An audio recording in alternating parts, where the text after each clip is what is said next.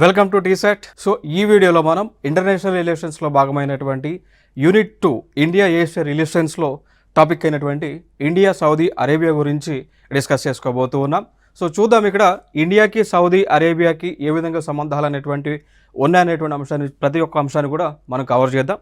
So ముందుగా map చూసుకున్నట్లయితే ఈ సౌదీ అరేబియా అనేటువంటి ప్రాంతం ఇక్కడ ఈ ప్లేస్లో ఉంటుంది.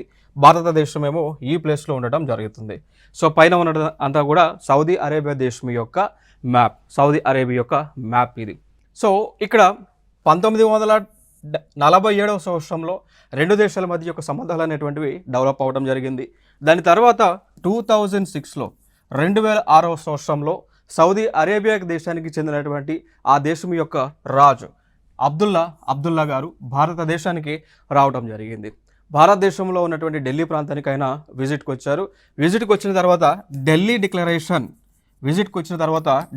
డిక్లరేషన్ అనేటువంటి ఒక ఒప్పందాన్ని అయితే చేసుకోవడం జరిగింది అండి. సో 2006లో వచ్చారు. దాని తర్వాత 2010లో అప్పటికి ప్రైమ్ మినిస్టర్గా ఉన్నటువంటి వ్యక్తి ప్రధాని మన్మోహన్ సింగ్ గారు అదే దేశానికి, సౌదీ అరేబియా దేశానికి వెళ్ళటం జరిగింది. వెళ్ళి ఆయన రియాద్ అనేటువంటి ఒక ప్లేస్లోకి విజిట్కి వెళ్ళారు. అక్కడ వెళ్ళిన తర్వాత అక్కడ ఆ దేశ రాజుతో అగ్రిమెంట్ చేసుకున్నారు. దాన్నే మనం పిలుస్తూ ఉంటాం రియాద్ డిక్లరేషన్ అని పిలుస్తూ ఉంటామండి. ఓకేనా? సో 2006లో ఆ దేశ రాజు మన ఇండియాకు వచ్చినప్పుడు ఢిల్లీ డిక్లరేషన్ చేసుకున్నాం. మన దేశం నుంచి పిఎం ఆ దేశానికి వెళ్ళినప్పుడు రియాద్ డిక్లరేషన్ చేసుకున్నాం. సో పైనేమో 2006లో, కిందేమో 2010లో డిక్లరేషన్ అనేటువంటిది చేసుకోవడం జరిగింది. మరి వీడి యొక్క ముఖ్య ఉద్దేశం ఏంటి? ఏ డిక్లరేషన్ అయినా కానీ, ఏ ఒప్పందమైనా కానీ వాటి యొక్క ముఖ్యమైనటువంటి లక్షణం ఏంటి అంటే ఎకనామిక్ టైస్ ఎక్కువగా కనిపిస్తూ ఉంటాయి. ఎకనామిక్ టైస్ సో ఆర్థిక పరమైనటువంటి అంశాలకు సంబంధించి ఒప్పందాలు చేసుకుంటారు. మిలిటరీ పరంగా ఈ యొక్క ఒప్పందాలు అనేటువంటివి చేసుకుంటారు, సైనిక విన్యాసాలు, సైనిక అంశాలపైన. దాని తర్వాత చూసుకున్నట్లయితే టెక్నాలజీ అప్గ్రేడేషన్ పైన ఈ యొక్క ఒప్పందాలు అనేటువంటివి చేసుకుంటూ ఉంటారండి. దాని తర్వాత మనం మాట్లాడుకోవాల్సి వస్తే 2019లో అక్టోబర్ 28 నుంచి 29 వరకు రియాద్లో పర్యటించినటువంటి మోడీ అండి. సో 2019 అక్టోబర్ 28 నుంచి 29 వరకు సౌదీ అరేబియాకి వెళ్ళినటువంటి భారతదేశ ప్రధానమంత్రి గారు. సో వెళ్ళి అక్కడ ఆయన కొన్ని అగ్రిమెంట్స్ కూడా చేసుకోవడం జరిగింది. ఇంకా అదేవిధంగా విజన్ 2030 గైడ్లైన్స్. సో విజన్ 2030కి సంబంధించి గైడ్లైన్స్ ఏవైతే ఉన్నాయో దాని కింద ఆయన సౌదీ అరేబియాతో అగ్రిమెంట్ చేసుకున్నారు. దాన్ని మనం పిలుస్తూ ఉంటాం వ్యూహాత్మక భాగస్వామ్యం. సో స్ట్రాటజిక్ పార్ట్నర్షిప్ అనమాట. సో నరేంద్ర మోడీ గారు 2019 సౌదీ అరేబియా దేశానికి వెళ్ళినప్పుడు అక్కడ కొన్ని గైడ్లైన్స్ ఉన్నాయి, విజన్ 2030 అనేటువంటి గైడ్లైన్స్ ఉన్నాయి. సో ఆ గైడ్లైన్స్ అనుసరించి స్ట్రాటజిక్ పార్ట్నర్షిప్ అగ్రిమెంట్ అనేటువంటిది సౌదీ అరేబియాతో చేసుకోవడం జరిగింది. ఇది ఒక ఇంపార్టెంట్ అంశంగా ఇక్కడ మనం గుర్తుపెట్టుకోవాలి. ఇక దాని తర్వాత ఆర్థికపరమైనటువంటి వాణిజ్యమైనటువంటి సంబంధాల గురించి మనం మాట్లాడుకోవాల్సి వస్తే ఇక్కడ సౌదీ అరేబియాకు భారత్ రెండవ అతిపెద్ద వాణిజ్య భాగస్వామిగా ఉంది అండి. సౌదీ అరేబియాకు భారతదేశం అనేటువంటిది రెండవ అతిపెద్ద వాణిజ్య భాగస్వామి. సో చూడవచ్చు ఇక్కడ ఈ నాట్ ఓన్లీ సౌదీ అరేబియాకి కాదు, ప్రపంచ దేశాలన్నిటికీ కూడా భారతదేశం అనేటువంటిది అతిపెద్ద మార్కెట్గా మనం చెప్పుకోవచ్చు. Bharat is a big market for every country. కారణం ఏంటి అంటే భారతదేశంలో ఉన్నటువంటి ప్రజలు 142 crore అండి, 142 కోట్ల జనాభా భారతదేశంలో ఉండటం జరిగింది. అదేవిధంగా ప్రపంచంలో చూసుకుంటేనే భారతదేశం యొక్క ర్యాంక్ వచ్చేసి ఫస్ట్ ర్యాంక్లో ఉంది ఇన్ టర్మ్స్ ఆఫ్ పాపులేషన్లో. సో జనాభా పరంగా చూసుకుంటే ఫస్ట్ ప్లేస్లో మనం ఉండటం జరిగింది. సో దీన్ని బట్టి మనం చెప్పొచ్చు కదా, ప్రపంచంలోనే అత్యధిక జనాభా కలిగినటువంటి దేశం భారతదేశం. ప్రపంచంలోనే అన్ని దేశాలకు మార్కెట్ కలిగినటువంటిది దేశం భారతదేశం అండి. ఓకేనా? సో అట్లా అదే కోవలో ఈ యొక్క సౌదీ అరేబియాకు కూడా అతిపెద్ద మార్కెట్ కలిగినటువంటి దేశం భారతదేశం. దాని తర్వాత మరి భారతదేశానికి చూసుకున్నట్లయితే నాలుగవ అతిపెద్ద భాగస్వామిగా సౌదీ అరేబియా దేశం అయితే ఉండటం జరిగింది. ఫస్ట్ ప్లేస్లో మనం చూసుకున్నట్లయితే భారతదేశానికి మోస్ట్ ఇంపార్టెంట్ ట్రేడింగ్ కంట్రీగా చైనా ఉంది. దాని తర్వాత యుఎస్ఏ ఉంది, తర్వాత స్థానంలో జపాన్ ఉంది, తర్వాత స్థానంలో సౌదీ అరేబియా దేశం అయితే ఉండటం జరిగింది. క్లియర్ కదా. దాని తర్వాత అంశం భారతదేశంకి కావాల్సినటువంటి ఈ క్రూడ్ ఆయిల్ ఏదైతే ఉందో, భారతదేశానికి కావాల్సినటువంటి క్రూడ్ ఆయిల్ ఏదైతే ఉందో ఆల్మోస్ట్ మనం చూసుకున్నట్లయితే 18% ఇండియాకి కావాల్సినటువంటి క్రూడ్ ఆయిల్ మూడీ చమురు అంటాం, ఇది 18% మనకి ఎక్కడి నుంచి వస్తూ ఉంది, సౌదీ అరేబియా దేశం నుంచి వస్తూ ఉంది. దాని తర్వాత భారతదేశానికి కావాల్సినటువంటి liquid petroleum gas, liquefied petroleum gas LPG అంటాం. ఆ గ్యాస్ అనేటువంటిది ఆల్మోస్ట్ 30% భారతదేశానికి సౌదీ అరేబియా నుంచే వస్తూ ఉంది. సో చూడండి, ఇక్కడ క్రూడ్ ఆయిల్ అనేటువంటిది ఆల్మోస్ట్ 18% భారతదేశానికి సౌదీ నుంచి వస్తూ ఉంది. 30% లిక్విఫైడ్ పెట్రోలియం గ్యాస్ సౌదీ నుంచి భారతదేశానికి వస్తూ ఉంది. ఇంకొక అంశం మనం చూసుకున్నట్లయితే ఈ సౌదీ అరేబియాలో ఆల్మోస్ట్ భారతదేశానికి చెందినటువంటి 2783 పైగా కంపెనీలు ఉన్నాయి. ఇండియాకి సంబంధించినటువంటి కంపెనీలు 2783 పైగా సౌదీ అరేబియాలో ఉండటం జరిగింది. ఇంకొక అంశం మనం మాట్లాడుకోవాల్సి వస్తే ఈ సాంస్కృతిక పరంగా మనం మాట్లాడుకోవాల్సి వస్తే సాంస్కృతిక సంబంధాలకు సంబంధించి చూస్తే 2018 ఫిబ్రవరి 7 నుంచి 28 వరకు 2018 సంవత్సరంలో ఫిబ్రవరి 7 నుంచి 28 వరకు ఒక ఫెస్టివల్ జరిగింది, సాంస్కృతిక ఫెస్టివల్ జరిగింది.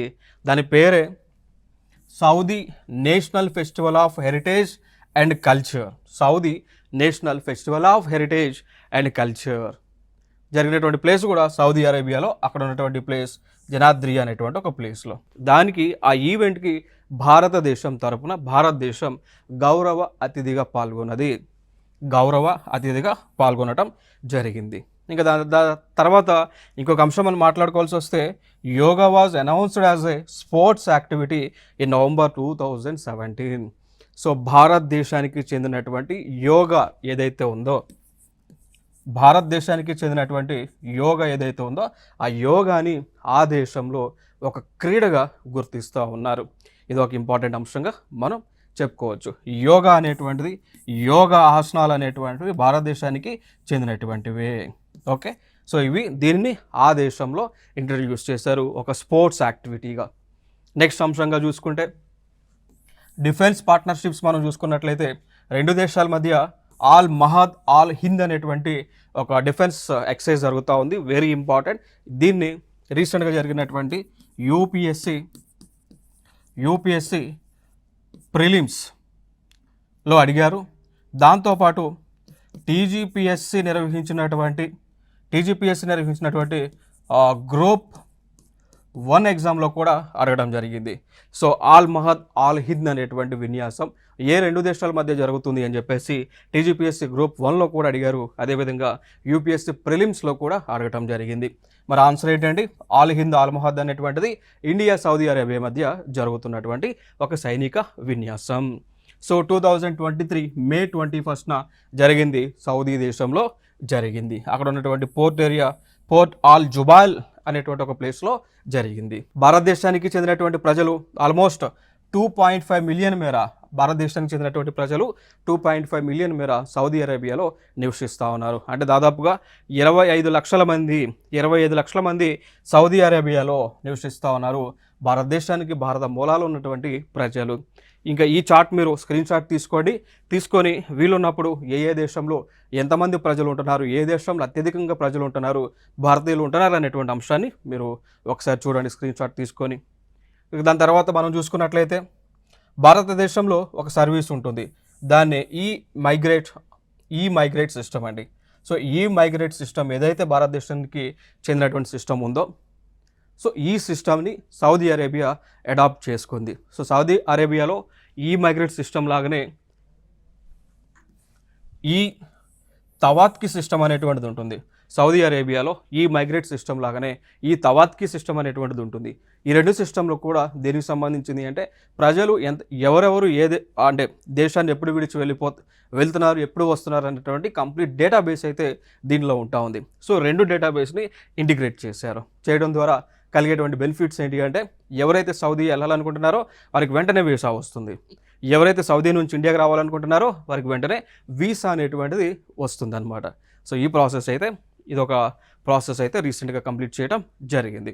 ఇక దాని తర్వాత ఆపరేషన్ కావేరీకి, సో ఆపరేషన్ కావేరీ భారత సైన్యం నిర్వహించినటువంటి ఆపరేషన్.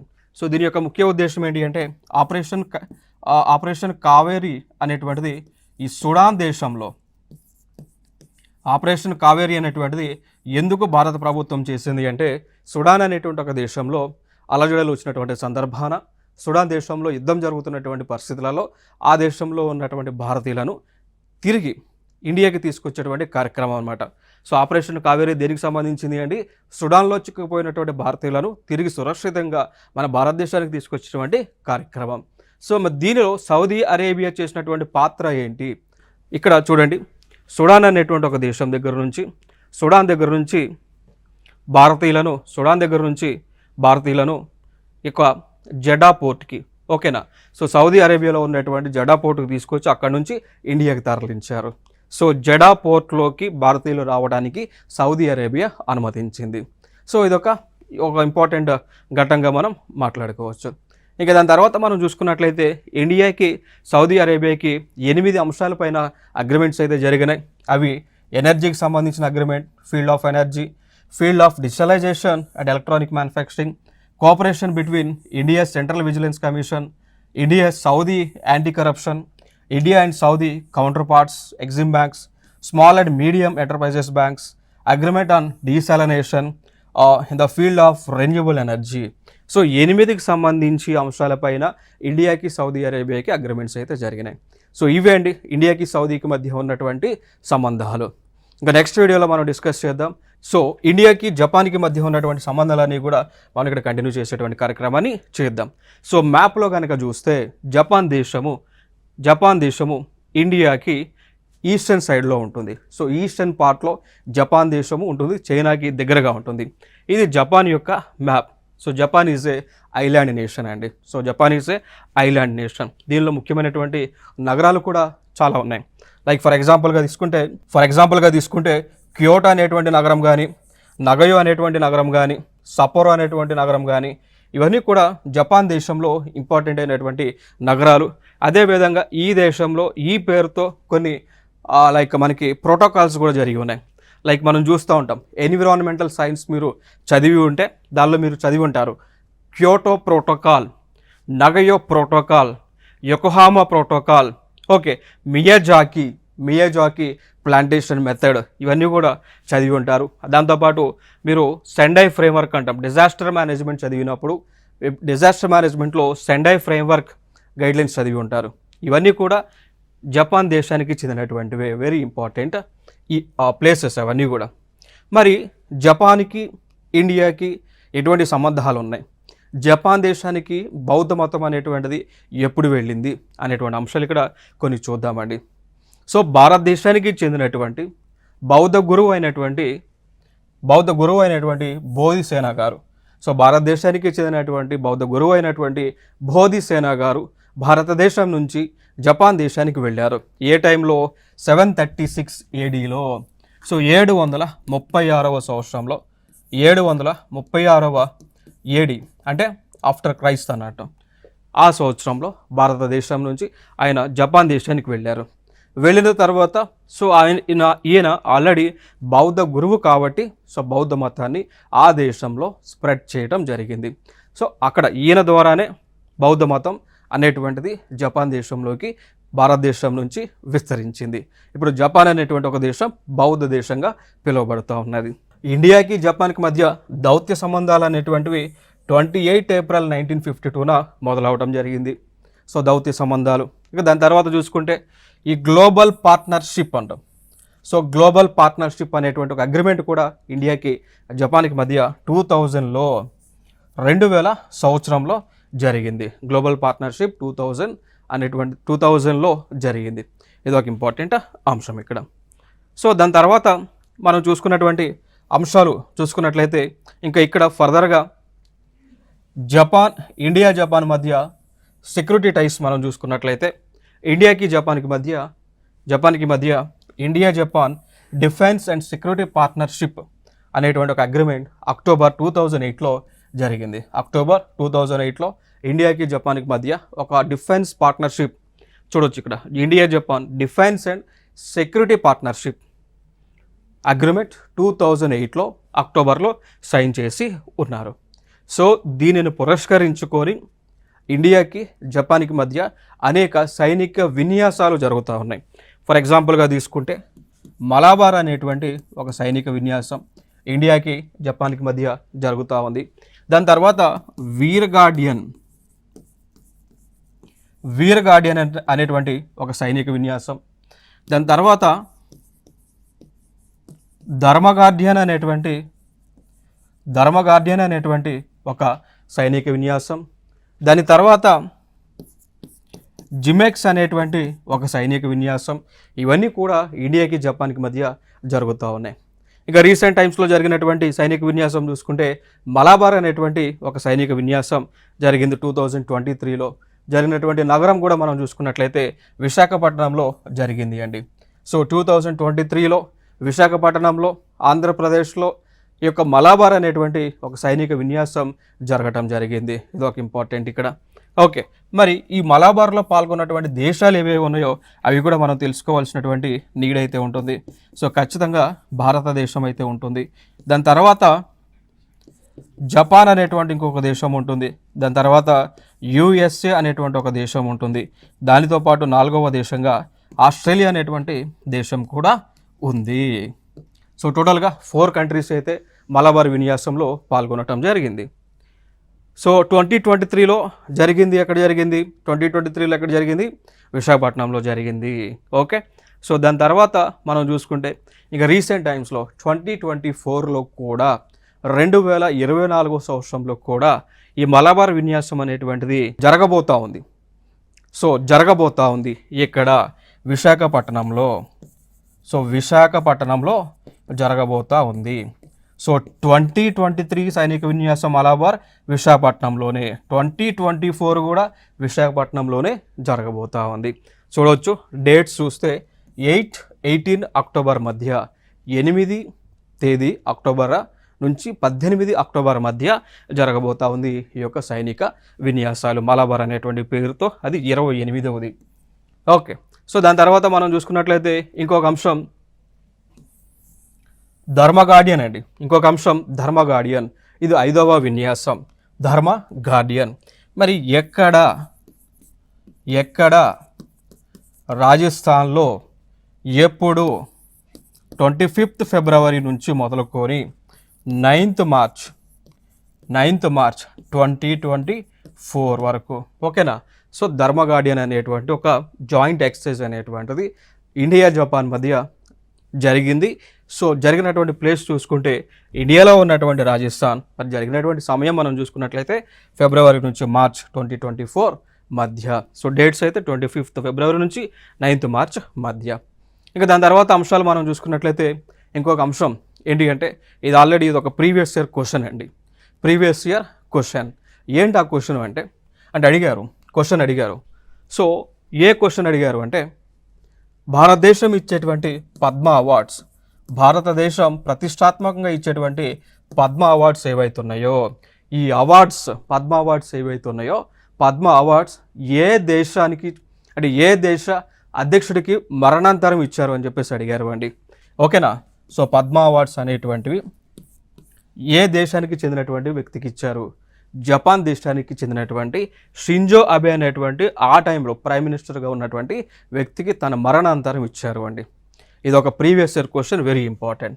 సో ఫైనల్గా గుర్తుపెట్టుకోవాల్సిన అంశం ఏంటి అంటే 2021 సంవత్సరంలో పద్మ విభూషణ్ అనేటువంటి ఒక అవార్డు, భారతదేశం ఇచ్చేటువంటి ప్రతిష్టాత్మకమైనటువంటి అవార్డుని జపాన్ దేశంకి చెందినటువంటి ఆ దేశం యొక్క మాజీ ప్రధానమంత్రికి తన మరణాంతరం ఇచ్చారు. ఆయన పేరే షింజో అబే. సో యాక్చువల్గా ఆ టైంలో ఈయన ఎలక్షన్ క్యాంపెయిన్కి వెళ్ళారండి. షింజో అబే గారు అప్పటి వరకు ప్రైమ్ మినిస్టర్గా చేశారు. దాని తర్వాత నెక్స్ట్ ఎన్నికలలో ఎలక్షన్ క్యాంపెయిన్కి వెళ్ళినప్పుడు ఆ దేశంలో ఉన్నటువంటి తీవ్రవాద ముఖ ఈయనని కాల్చి చంపడం జరిగింది. ఓకేనా? సో ఈయన పిఎంగా ఉన్నటువంటి సమయం అంతా కూడా ఈయన భారతదేశానికి ఎన్నో విధాలుగా సహాయపడడం జరిగింది. ఓకేనా, భారతదేశానికి కావాల్సినటువంటి టెక్నాలజీ ట్రాన్స్ఫర్ కానీ న్యూక్లియర్ మెటీరియల్ టెక్నాలజీని కానీ ఈయన ట్రాన్స్ఫర్ చేయడం జరిగింది భారతదేశానికి. ఇది ఇంపార్టెంట్ అనమాట. సో ఇప్పుడు వరకు మనం జపాన్, ఇండియాకి జపాన్కి మధ్య ఉన్నటువంటి సంబంధాలను మనం డిస్కస్ చేయడం జరిగింది. అదేవిధంగా ఇండియాకి సౌత్ కొరియాకి మధ్య ఉన్నటువంటి సంబంధాలను మనం డిస్కస్ చేసుకోబోతూ ఉన్నాం. Let us start. సో చూసుకున్నట్లయితే ఇండియాకి సౌత్ కొరియాకి మధ్య ఉన్నటువంటి సంబంధాలు. సో ఇక్కడ మ్యాప్లో మనం చూసుకుంటే కొరియా ఈ ప్రాంతం అంతా కూడా మీరు చూడవచ్చు, ఇక్కడ మీకు కనిపిస్తూ ఉంది. ఇక్కడ ఈ ప్రాంతం అంతా కూడా గతంలో కొరియా కింద ఉండేటువంటిది. సో గతంలో ఈ ప్రాంతం అంతా కూడా కొరియా కింద ఉండేది. బట్ కొన్ని పరిస్థితుల కారణంగా, సో కొరియాగా ఉన్నటువంటి ప్రాంతం కొన్ని పరిస్థితుల కారణంగా 2 దేశాలుగా విభజన అవ్వటం జరిగింది. సో నార్త్ సైడ్లో ఉన్నటువంటి ప్రాంతం ఏమో నార్త్ కొరియాగా, అదేవిధంగా సౌత్లో ఉన్నటువంటి ప్రాంతం ఏమో సౌత్ కొరియాగా విభజన జరగడం జరిగింది. ఇంకొక అంశం ఏంటి అంటే ఇక్కడ మనం గుర్తుపెట్టుకోవాల్సినటువంటి అంశం, ఈ 2 దేశాలని విభజన చేస్తున్నటువంటి బౌండరీ లైన్ పేరేంటి, వెరీ ఇంపార్టెంట్. సో నార్త్ కొరియాని సౌత్ కొరియాని విభజన చేస్తున్నటువంటి ఈ బౌండరీ లైన్ ఏదైతే ఉందో దాని పేరే 38th ప్యారలల్ లైన్గా మనం గుర్తుపెట్టుకోవాలి. So 38th parallel line is a line which divides Korea into 2 countries. One is north Korea and the second one is south Korea. So ఇక్కడ నార్త్ కొరియాకి క్యాపిటల్గా ప్యాంగ్యాన్ అనేటువంటి నార్త్ కొరియాకి క్యాపిటల్గా ఉంది. సౌత్ కొరియాకి క్యాపిటల్గా సియోల్ అనేటువంటి ఒక ప్రాంతం క్యాపిటల్గా ఉంది. దాని తర్వాత మనం చూసుకున్నట్లయితే అసలు ఇక్కడ ఈ సౌత్ కొరియాకి ఇండియాకి ఒక రిలేషన్షిప్ అనేటువంటిది ఉంది. ఏ రిలేషన్షిప్ అనేటువంటిది 2 దేశాల మధ్య ఉంది అంటే భారతదేశానికి చెందినటువంటి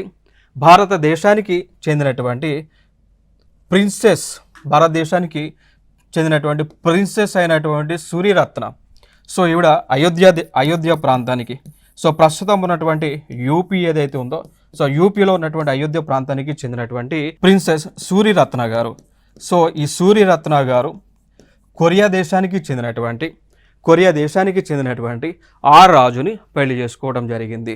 సో ఇక్కడ మనం చూసుకున్నట్లయితే ఆ దేశానికి చెందినటువంటి రాజునైతే పెళ్లి చేసుకొని సో సూర్యరత్నం పేరు కాస్త క్వీన్ హియోగా పేరు అయితే మార్చుకోవడం జరిగింది. సో జరిగి ఫర్దర్గా దాని తర్వాత సో అక్కడనే వీరందరూ కూడా ఫ్యామిలీ అందరూ కూడా బ్రదర్స్ అందరూ కూడా కొరియా దేశంలో సెటిల్ అయ్యి అక్కడ నుంచి ఆ పాపులేషన్ పెరుగుతూ అదేవిధంగా భారతదేశంతో ఆ రిలేషన్షిప్ అనేటువంటిది సౌత్ కొరియా భారతదేశంతో ఆ యొక్క సంబంధాలు అనేటువంటివి ఇప్పటికీ కూడా కొనసాగిస్తూ ఉన్నారు. ఇంకొక అంశం మనం మాట్లాడుకోవాల్సి వస్తే వీరి యొక్క రిలేషన్షిప్ సంబంధించి అయోధ్య ప్రిన్సెస్ అయినటువంటి సూర్యరత్నం, కొరియా రాజు అయినటువంటి వీరిద్దరి మధ్య ఉన్నటువంటి రిలేషన్షిప్ని కూడా మన రవీంద్రనాథ్ ఠాగూర్ గారు, సో నోబెల్ అవార్డు గ్రహీత అయినటువంటి రవీంద్రనాథ్ ఠాగూర్ గారు వారికి సంబంధించి ఒక పోయంని కూడా రాశారు. దాని యొక్క టైటిల్ మనం చూసుకుంటే lamp of the east. So lamp of the east అనేటువంటి ఒక టైటిల్తో ఆయన ఒక పోయంని కూడా రాయటం జరిగింది ఇక్కడ రవీంద్రనాథ్ ఠాగూర్ గారు. సో దాని తర్వాత అంశాలు మనం మాట్లాడుకోవాల్సి వస్తే భారతదేశం నుంచి ఈ బౌద్ధ మతం అనేటువంటిది కొరియా దేశానికి విస్తరించింది. సో విస్తరించడానికి కూడా ప్రధానమైనటువంటి కారణం ఈ సూర్యరత్న గారి యొక్క కుటుంబం, సో సూర్యరత్న గారి యొక్క వారసుల వలన ఈ యొక్క బౌద్ధ మతం అనేటువంటిది కొరియా దేశానికి స్ప్రెడ్ అవ్వటం జరిగింది. సో దాదాపు మనం చూసుకున్నట్లయితే 3rd, 4th and 5th centuries ఈ బౌద్ధ మతం అనేటువంటిది కొరియా దేశానికి ఎక్కువగా విస్తరించడం జరిగింది. సో చూడవచ్చు ఇక్కడ. దాని తర్వాత మనకు చూసుకున్నట్లయితే ఇంకొక అంశం, సో కొరియా దేశంలో ఎన్నికలను నిర్వహించడానికి 1947లో ఐక్యరాజ్య సమితి వారు 9 మంది సభ్యులతో కూడినటువంటి ఒక కమిషన్ని వేయటం జరిగింది. ఆ కమిషన్కి చీఫ్గా అంటే చైర్మన్గా శ్రీ కేపీఎస్ మీనన్ గారిని నియమించింది. సో 1947లో కొరియా దేశంలో ఎలక్షన్ జరగడానికి ఐక్యరాజ్య సమితి వారు ఒక కమిషన్ వేశారు. ఆ కమిషన్కి చైర్మన్గా శ్రీ కేపీఎస్ మీనన్ గారిని నియమించడం జరిగింది. దాని తర్వాత జరిగినటువంటి పరిణామాలు మనం చూసుకున్నట్లయితే 1950లో 2 ప్రాంతాలకి అంటే కొరియా, సో 1950లో కొరియాలో యుద్ధం అనేటువంటిది సంభవించింది. సో ఈ యుద్ధంలో అనేక దేశాలు కొరియా ప్రాంతానికి సపోర్ట్ చేయడం జరిగింది. సో ఫైనల్గా 1953లో 1953లో యుద్ధం అనేటువంటిది కంప్లీట్ అవడం జరిగింది. సో కంప్లీట్ అయినటువంటి సమయంలో ఇండియా సంబంధించినటువంటి ఆయన ఎవరైతే మీనన్ గారు ఉన్నారో ఆయన ఇచ్చినటువంటి సజెషన్ ప్రకారం ఇక్కడ ఏం జరిగింది అంటే ఈ ప్రాంతాలు రెండుగా విడిపోయిన తర్వాత వీళ్ళు ఒక అగ్రిమెంట్ కూడా చేసుకున్నారు. సో ఏ విధంగా విడిపోయినాయి, మరి ఏ దేశాలు ఏ ప్రాంతాలకి సపోర్ట్ చేశాయో ఒకసారి మనం చూద్దాం. సో కొరియా కాస్త నార్త్ కొరియాగా, అదేవిధంగా సౌత్ కొరియాగా స్ప్లిట్ అవ్వడం జరిగింది. సో నార్త్ కొరియాకి సపోర్ట్గా వచ్చినటువంటి దేశాలు కమ్యూనిస్ట్ దేశాలండి. నార్త్ కొరియాకి సపోర్ట్గా వచ్చినటువంటి కమ్యూనిస్ట్ దేశాలు ఫర్ ఎగ్జాంపుల్గా తీసుకుంటే రష్యా, ఫర్ ఎగ్జాంపుల్గా తీసుకుంటే చైనా. సో ఈ దేశాలు నార్త్ కొరియాకి సపోర్ట్ చేసినాయి. సౌత్ కొరియాకి సపోర్ట్ చేసినటువంటి దేశాలు నాన్ కమ్యూనిస్ట్ దేశాలు, అనగా ఫర్ ఎగ్జాంపుల్గా తీసుకుంటే యునైటెడ్ స్టేట్స్ ఆఫ్ అమెరికా అండి, United States of America. So south కొరియాకి ఫ్రెండ్లీగా ఉన్నటువంటి దేశం యుఎస్ఏ, నార్త్ కొరియాకి ఎనిమిగా శత్రుగా ఉన్నటువంటి దేశం యునైటెడ్ స్టేట్స్ ఆఫ్ అమెరికా. గుర్తుపెట్టుకోండి. సో ఇప్పటికీ కూడా యుఎస్ఏకి నార్త్ కొరియాకి మధ్య సంబంధాలు అనేటువంటివి చాలా ఘాటుగా ఉన్నాయి. ఇద్దరు కూడా ఒకళ్ళపైన ఒకళ్ళు అటాక్ చేసుకునేటువంటి కార్యక్రమాలను చేస్తూ ఉన్నారు. చూసారా? సో ఇది ఎప్పటి నుంచో ఉంది. సో యుఎస్ఏకి నార్త్ కొరియాకి ఇప్పుడు పడటం లేదు, నార్త్ కొరియాకి సౌత్ కొరియాకి కూడా ఇప్పుడు కూడా ఘర్షణ వాతావరణం అనేటువంటిది రెండు దేశాల మధ్య స్టిల్ ఇంకా కంటిన్యూ అవుతూనే వస్తూ ఉంది. దాని తర్వాత ఇంకొక అంశాన్ని మనం చూసుకున్నట్లయితే ఈ నార్త్ కొరియా యుద్ధం కంప్లీట్ అయిన తర్వాత భారతదేశం చేసినటువంటి తీర్మానాన్ని వారు సపోర్ట్ చేయడం జరిగింది. చూడవచ్చు ఇక్కడ 1953 జూలై 27న కాల్పుల విరామణ ఒప్పందాన్ని భారతదేశం ప్రపోజల్ మేరకు ఈ యొక్క రెండు దేశాలకు కూడా యాక్సెప్ట్ చేయడం జరిగింది. సో చూడవచ్చు. దాని తర్వాత మనం చూసుకున్నట్లయితే ఈ రెండు దేశాల మధ్య దౌత్య సంబంధాలు అనేటువంటివి 10 డిసెంబర్ 1973లో రెండు దేశాల మధ్య దౌత్య సంబంధాలు అనేటువంటివి మొదలవడం జరిగింది. ఓకే. సో దాని తర్వాత మనం చూసుకున్నట్లయితే ఈ రెండు దేశాల మధ్య 1973లో ట్రేడ్ ప్రమోషన్ అండ్ ఎకనామిక్ టెక్నాలజీకి సంబంధించి trade promotion, economic and technological cooperation సంబంధించి అగ్రిమెంట్ జరిగింది 1974లో. దాని తర్వాత cooperation in science and technology సంబంధించి 1976లో అగ్రిమెంట్ జరిగింది. సో 1974లోనేమో ఎకనామిక్ టెక్నాలజీ సంబంధించి అగ్రిమెంట్ జరిగింది. 1976లో సైన్స్ అండ్ టెక్నాలజీకి సంబంధించి అగ్రిమెంట్ అయితే జరిగింది. సో దాని తర్వాత 1985లో convention and double taxation avoidance agreement జరిగింది. క్లియర్ కదా? సో ఇండియాకి సౌత్ కొరియాకి మధ్య డబుల్ ట్యాక్సేషన్ అవాయిడెన్స్ అగ్రిమెంట్ అనేటువంటిది 1985లో జరిగింది. దాని తర్వాత 1996లో బైలేటరల్ ఇన్వెస్ట్మెంట్ ప్రమోషన్ అగ్రిమెంట్ అనేటువంటిది జరగటం జరిగింది. క్లియర్? సో ఇవి ఇండియాకి సౌత్ కొరియాకి మధ్య ఉన్నటువంటి సంబంధాలు. Thank you so much.